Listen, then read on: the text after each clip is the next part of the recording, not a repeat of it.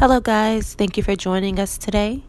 So today we made stuffed salmon with crab and spinach, I guess, cream spinach you would say.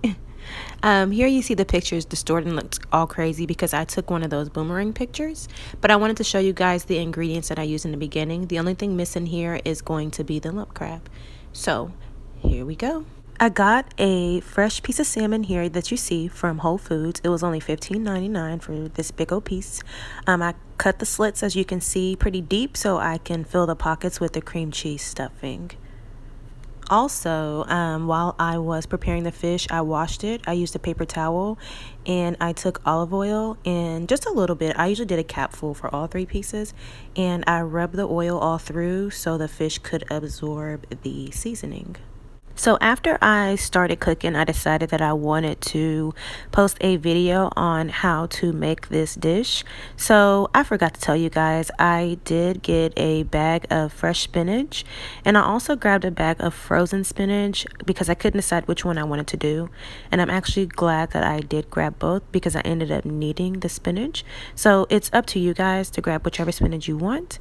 But I cooked the fresh spinach first, and I used about 2 tablespoons of it's like a garlic butter, any garlic butter you want to use. This one I use like a Carrick Gold. I don't know if you're familiar with that gold package, but I used 2 tablespoons of this, and I just cooked my fresh spinach on the skillet. I used like medium heat, and I just cooked it until it was warped, and when it was done I put it in a bowl, and then I cooked the frozen spinach the same way. And so this is what I left out. So after you prepare the salmon and you give it the nice oil bath, you put it to the side and you start sauteing your spinach. As I was sauteing my spinach, I also used a little bit of what is that, Tony Chachere? Don't laugh at me, I don't know how to say it, but you guys will see that here too in the video later on. But you can wait to season it later like I did in the video. Okay, so this is the seasoning that I was telling you guys about. So when you're done with your spinach, you want to put it in a bowl, set it to the side, season your fish. I season according to eyeball, so you see how the season just falls over, and I see that there's seasoning on my fish. That's how I season. If you guys want to do it differently, do it. After you season your fish, your spinach should be completely done sauteing. As you guys can see, it's hot. It's from the smoke. So I set it aside and I let it cool off, and I ran and put some clothes in the dryer because you don't want to put your cheese in the not cream, but you want to put your cheese in the spinach yet because it will turn into cream. You want it to be nice and thick before you stuff it, so it can kind of be like a mold, so it can be thick. Okay, so let the spinach cool before you add the cheese. Okay, put down the cheese. We gonna get there. Okay, so now it's time to start adding your cheese. I use Italian style cheese. I also use a Parmesan cheese. I like this brand a lot. Also, I used cream cheese. Lots of great value. Okay, guys, lots of great value. Okay. Alright guys, so once you have that, you're going to get all your ingredients together. Make sure you grab 2 eggs. I did not add that in the video. And also mayonnaise, any one that you like. If you don't like mayonnaise, you can omit, or you can use Greek yogurt, whichever one you want it. But today we used Hellmann's mayonnaise. Okay, because like I said, I was not planning on recording, so grab your crab meat. I forgot to tell you that here is the mayo, the cream cheese, the Italian cheese, and the Parmesan cheese mixed together. So you take your crab. I use blue crab. That's how I cut up the cream cheese, in case you're interested or wondering. So you want to add your blue crab. I had a hard time doing it with one hand and trying to record, so you're going to need both hands for this. After you add the crab, you want to take one of your eggs, crack it open, and add it to your batter. I didn't use gloves because I'm cooking for my family, but if you're cooking for others, make sure you use gloves, please. Take your spatula or your spoon and mix everything up.